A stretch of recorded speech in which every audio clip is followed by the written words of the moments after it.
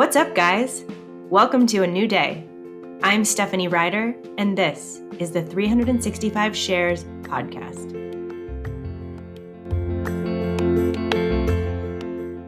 It's January 11th, 2024, and this is the 11th episode of the 365 Shares podcast.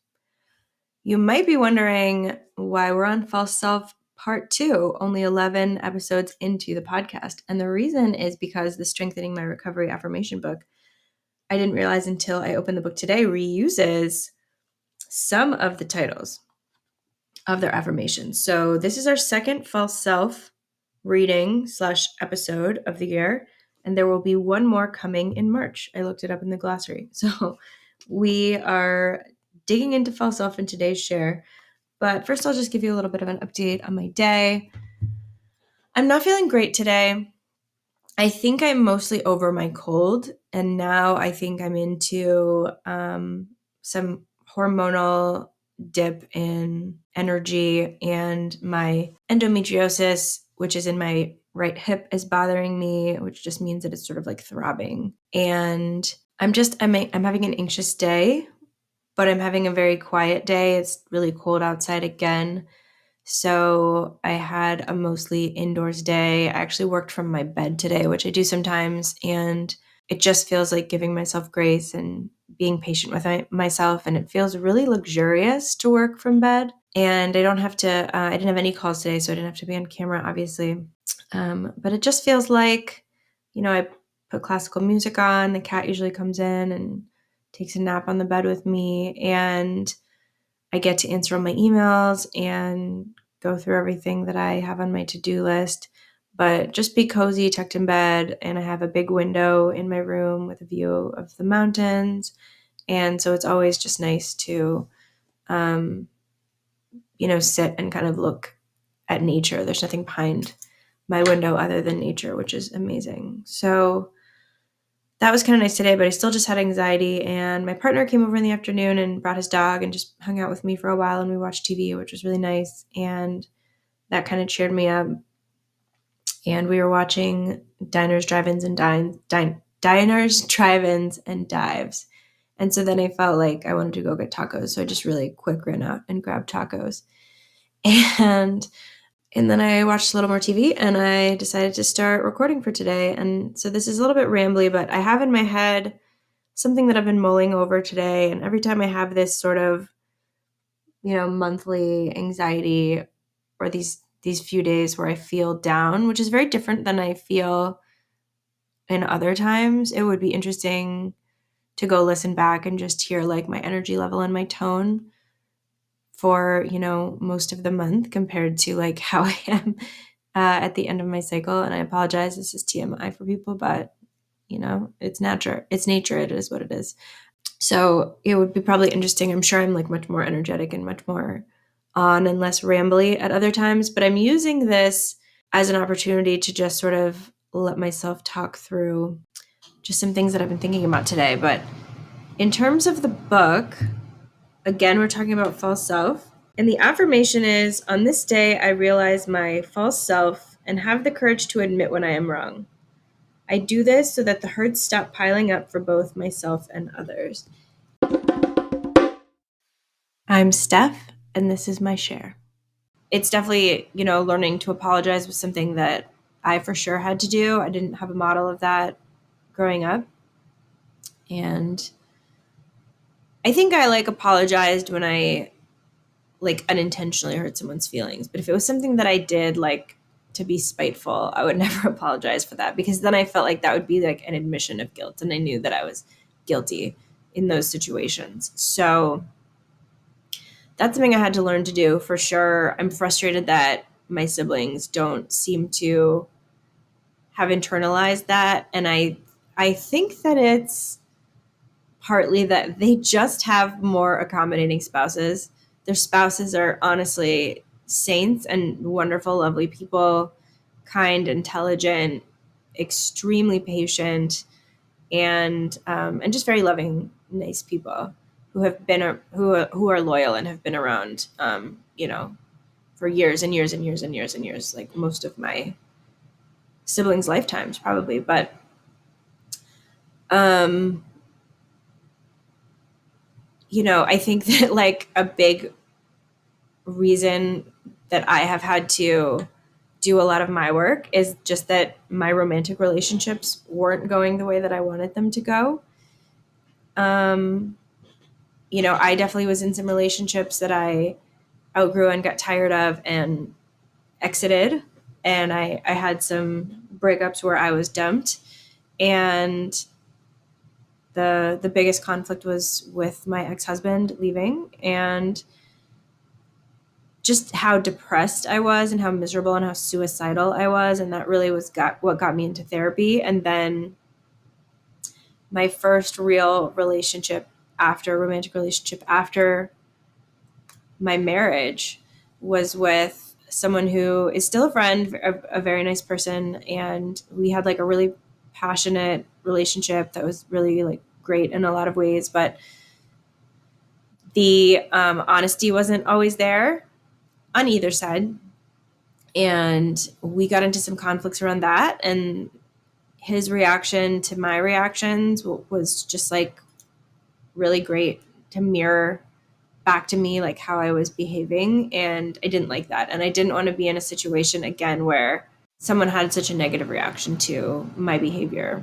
And I didn't want to have such a negative reaction to other people's behavior. So it was this really mutual of like, okay, I'm going to take this thing that this person did that I didn't like, that reminded me of this other thing that this family member did a long time ago or has continued to do, or that my ex-husband did that really traumatized me. And I'm going to work through those triggers. I'm going to do EMDR so that I don't feel so overwhelmed or outraged or grief stricken by someone else's actions, because again, it's that whole iceberg under the tip of the thing that happened. And so I don't want to have a full iceberg level meltdown every time something happens like this. I want to clear the whole thing out, break it up, sail through it. And so the next time something like this happens, I can say, that's bad behavior and I don't like that, but I'm not distraught by it. And then when I'm not distraught, I'm not like acting out and crying and yelling and, trying to convince someone to stay or to be different or protest behaviors, all of these actions that contribute to like me not being the best partner that I can be. So I love this affirmation because, I have to have the courage to admit when I'm wrong. And I had a fight with my partner it was the night before we left for our Christmas trip.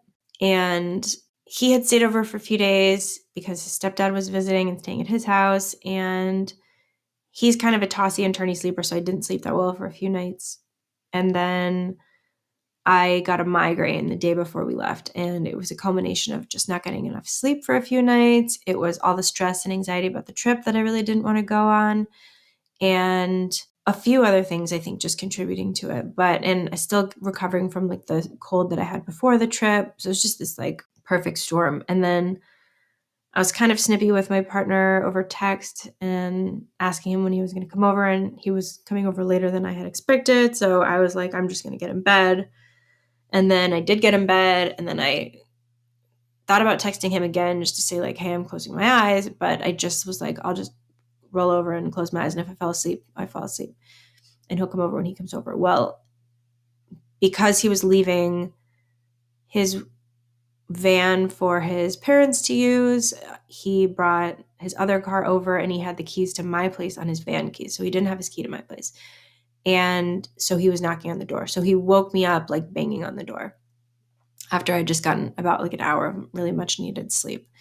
And I woke up just in a state because it triggered me back to just a childhood of chaos and neglect and not being safe, especially around sleep, especially at night. Like, you could be like picked up and thrown in the van because my mom just wanted to drive all night for no reason. She had a lot of stuff going on, or like I wouldn't get a good night of sleep because we were allowed to drink as much soda as we wanted. And I didn't realize until adulthood that like this lifetime of insomnia was a big contributing factor, was as a kid, just drinking. I mean, like Dr. Peppers all the time, whatever, Pepsi, like anything that was around. So I have a lot of sleep trauma, and I've worked really hard on my sleep, and I can tell a huge difference in my mood and in my level of anxiety depending on how much sleep I've gotten and the quality of my sleep. So I just woke up in like a state of fury, and he tried really hard to de-escalate the situation. He got in bed and like put his arms around me, which is normally something that I would like, that would calm me down, and I was just like not having it. I was just a ball of rage about him waking me up. And it was only 9:30 at night or something, but we had to get up really early for the flight the next morning. So I knew I wasn't going to be able to get that sleep like that night at all. And I was just so mad, and nothing he did to try to de-escalate made me feel better. And because I didn't feel better, I just started escalating the situation more because I then wanted it to come to a head. And it just turned into this big fight that thankfully we resolved that evening so that we could get a few hours of sleep. But I think it was like midnight before we went to bed. So in getting so mad about losing a few hours of sleep, I caused us to lose even more hours of sleep. And it really was mostly my fault. And I really don't always think that most of our fights are our fault.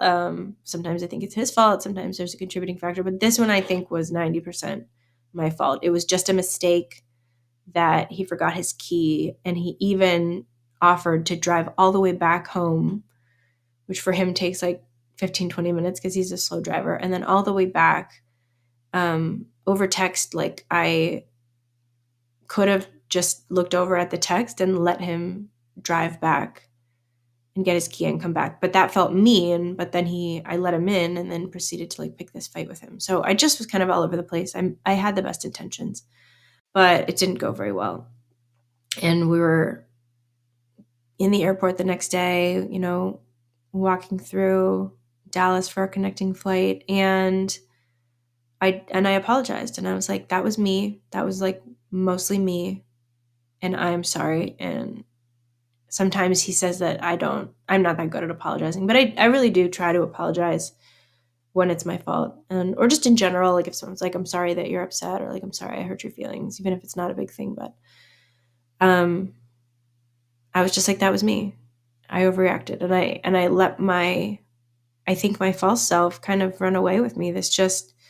This like really wretched cave monster that I had to create in childhood to survive. I mean, like physical altercations with my brother all the time. We were always physically fighting. Like he'd throw my bedroom door open and start hurling things at me, or like chase me around with a chair. And then I'd chase him up the stairs and like slap him so hard in the back that I knocked him onto the stairs. And just like this childhood of, two kids who weren't getting enough attention, who didn't have enough love and resources from their parents, also watching their parents' marriage deteriorate and them constantly screaming at each other and arguing. And we were just like doing our kids' version of what our parents were doing. And, I still have that version of me that just wants to like throw down. And occasionally, and I have been in situations like a woman hit me at a bar one time, and I like threw my beer in her face with one hand and slapped her back with the other hand. And it was not a conscious, like it was like a half a second. And then I just like darted behind somebody else who was bigger so that she wouldn't see me. But it was this like, where did that come from? Not something I planned. It was just this 100% muscle memory. And I think the only time in my life that I was ever consistently physically fighting was when I was younger, and it was with my brother. So I just have this bare knuckle boxer who lives in me, and she just wants to like come out. Yeah, that's definitely my false self. And then it also just makes me think of my siblings' false selves and what I deal with my sister, which I mentioned in the last false self episode, that I think I deal with her false self as well. And she hasn't gotten to that place where she's had enough of a consequence or enough of a mirror to see back like how she's behaving. And I hope she gets to that place. If she doesn't, she doesn't. I will just continue to work on myself, and I will just continue to surround myself with the people I love. But, it's hard to deal with that, hard to deal with someone, this passage is really interesting. And it says we have dishonest justifications for crazy behavior. We remember false pride that wouldn't allow us to admit mistakes or feel vulnerable. And we didn't have the thought processes to do things differently. So, yeah, it's super real. Working on it in ACA is really helpful. Just naturally, if you go to the meetings and you go through all the steps, they say, your true self will start to emerge because you start to feel like you're in a safe space. You feel that you're in a consistent space. You feel that you have experience sharing in the meetings with no one commenting and no one criticizing and no one, following up to give you advice on it after the meeting. What you share about is your share. And we say that we accept what others say without question because it is true for them. And just going to any type of meeting where you share, regardless of the quality of the program, and I do think that ACA is one of the best 12-step programs out there, but regardless of the quality of the program that you're in, I just think that the experience of sitting in an anonymous situation and sharing something that you would normally never say to definitely not to strangers, but also probably never to say to the people who are closest to you, because what would they think? And they would abandon you. And maybe they would, we don't know. But it's just so healing to have that experience of being able to share whatever you want and have nobody comment on it. And I'm sure if this podcast takes off, I will have my fair share of people commenting, but I hope that I just don't get that A, and I think B, I hope that I just don't read it regardless, because the whole point of this is just to say, hey, this is me, this is what I've been struggling with today, I'm not my best self today, I did something and I had to apologize, but that I can say I'm so proud of myself for apologizing and handling it that way. I'm so proud of us that we resolved a fight in 2 hours versus we've had big fights like that last for days or weeks, or honestly, at times we've had fights that aren't resolved for months because we're both still holding resentment. So I can just be really proud of myself for admitting that I was wrong and that I was the cause of this fight. And I can say that I'm proud of us for coming back to ourselves and resolving things. And I'm proud of my partner for doing some very specific things to try to de-escalate the situation that are tailored to me, that would normally work on me, that I just did not accept. And just proud of him for really showing that he knows me and that he loves me, and he tried to make it okay. And he tried to hold, I think, my inner child that was hurting, that he could see. And I just would not let him near her because he'd already hurt her. He had already woken her up, which is the worst thing you can do to me. So yeah, I think this is just really good. This is the first time that I'm actually having a cathartic moment doing this podcast where I'm just feeling really thankful for my partner. And I'm really but even when I brought my protector self out, my false self out, he still didn't walk away from that. And he engaged with me the way that I wanted to engage, even if it was not what he wanted to do. And he apologized for what he did. He let me apologize for what I did.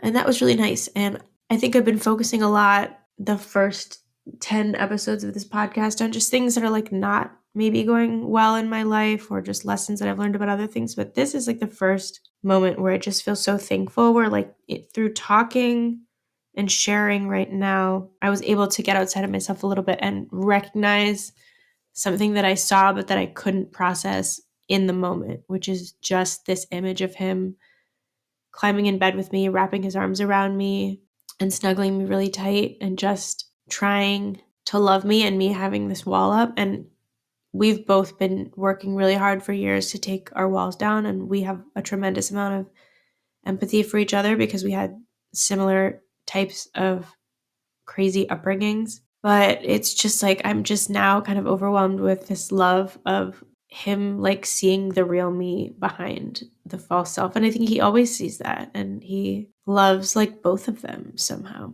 He likes that I'm sweet and loving, and he likes that I'm feisty and crazy. So, and I love the same things about him. So yeah, I was hoping for some kind of a moment today where I could like talk myself, almost like I was in therapy, where I could talk myself through what I was feeling and talk my way out of some of my anxiety. And I really think I did. So thank you. Like I said, I think I have one listener, which is amazing. Hi, you're my first caller. I appreciate you. But to anyone who listens to this at any point, sometimes just talking things through, turn on a voice memo and just start talking and talk until you solve your problem. You don't have to be in therapy that day. You don't have to get a friend on the phone. I can't always get people on the phone to talk to me, but like talk to yourself and then listen to it, because you probably sound really smart and really compassionate.